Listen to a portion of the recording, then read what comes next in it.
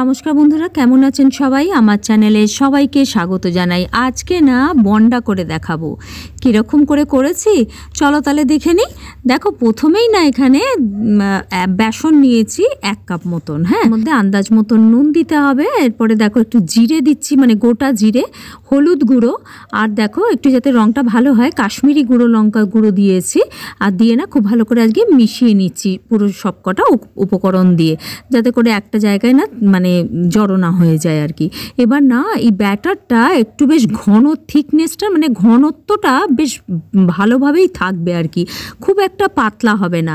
কেমন জল দিয়ে দিয়ে এটাকে মোটামুটি একটা ঘন ব্যাটার তৈরি করতে হবে, ঠিক এই মতো।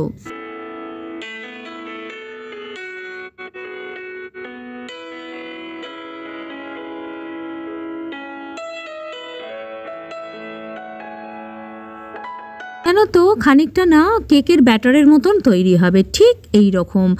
দেখো ঠিক এই রকম হবে, ঘনত্বটা এরকম, তবেই এই মানে বন্ডাটা ভালো তৈরি হবে। প্যানে তেল নিলাম 2 চামচ, মাপ পরিমাপ সব আমার ভিডিওতে দেওয়া আছে। উড়দ ডাল নিয়েছি, সর্ষে নিয়েছি, কারি পাতা না আমার বাড়িতে শুকনো থাকে, তোমরা সবাই জানো এতদিনে, তো সেইটা দিয়েছি, কাঁচা লঙ্কা কুচি, আর দিয়েছি হচ্ছে রসুন কুচি, হ্যাঁ, দিয়ে হালকা করে সতে করে নেবো, ঠিক এই মতো।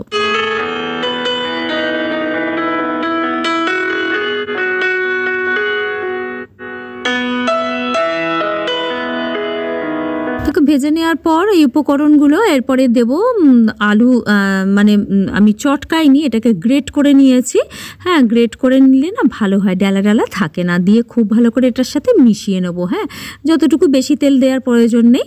এরমভাবে একটা জিনিস ভুলে গেছিলাম, সেটা হচ্ছে হিং দিতে।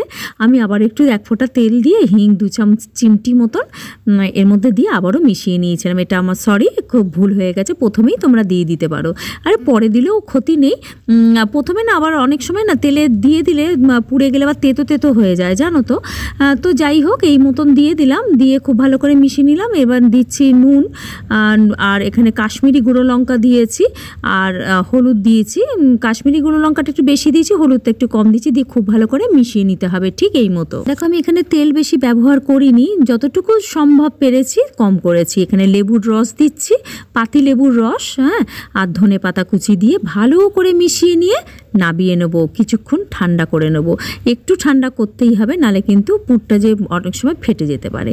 তো যাই হোক, মানে ফেটে যাবে না, ওই আর কি, ব্যাটারটা হয়তো ধরবে না বা কিছু, যাই হোক একটু ঠান্ডা করে নিলাম। এই মতন হয়ে যাওয়ার পর একটা পাত্রে ঢেলে ঠান্ডা করে নিয়েছিলাম, ঠিক এই মতো।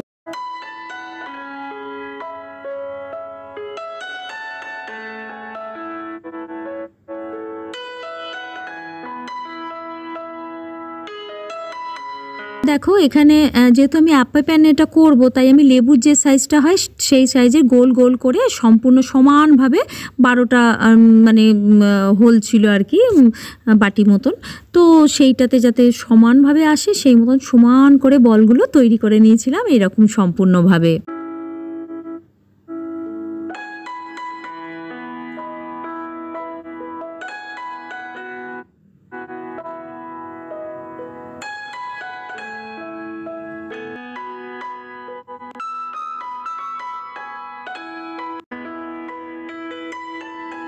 সম্পূর্ণভাবে বলগুলো তৈরি করে নেওয়ার পর তারপরে না আপে প্যানে একটু তেল দিতে হবে, দিয়ে একটু ব্রাশ দিয়ে না আমি একটুখানি মানে মাখিয়ে নিয়েছিলাম আর কি পুরো এই হোলগুলোতে। দেখো ঠিক এরকমভাবে ভালো করে নিয়ে একটু তেল দিতে হবে, 1/2 চামচ মতন, মানে ছোটো চামচের 1/2 চামচ কিন্তু।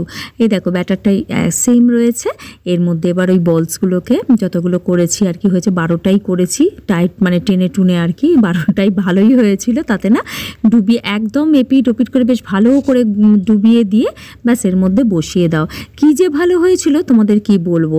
আরও একটা কথা বলি, আপে প্যানে করলে না তেলটাও কম, মানে শরীরের পক্ষে ভালো আর কি, আর খেতেও ভালো। এই বৃষ্টির দিনে গরম গরম বেশ ভালোই লাগবে খেতে। ব্যাস আপে প্যানে এরকমভাবে করে নিয়ে না একদম লো ফ্লেমে বসিয়ে দাও 1-2 মিনিটের মধ্যে, তো রেডি হয়ে যাবে। আবার একবার চাপাটা খুলে মানে উল্টে দিয়ে আবার 1-2 মিনিট, ব্যাস 1 মিনিট রেডি হয়ে যাবে।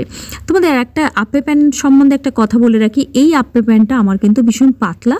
আমি যতবারই এই আপে প্যানে কিছু করেছি রেসিপি তোমাদের জানিয়ে দিয়েছি। আপে প্যান কিন্তু অনেক রকম মোটা মানে পাতলা এরকম হয়, আমার এটা বেশ পাতলা, তাই হয়তো তাড়াতাড়ি হয়ে গেছে।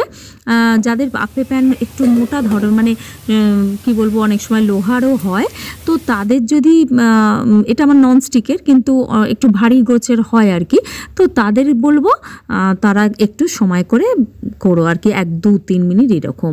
ব্যাস রেডি হয়ে গেছে।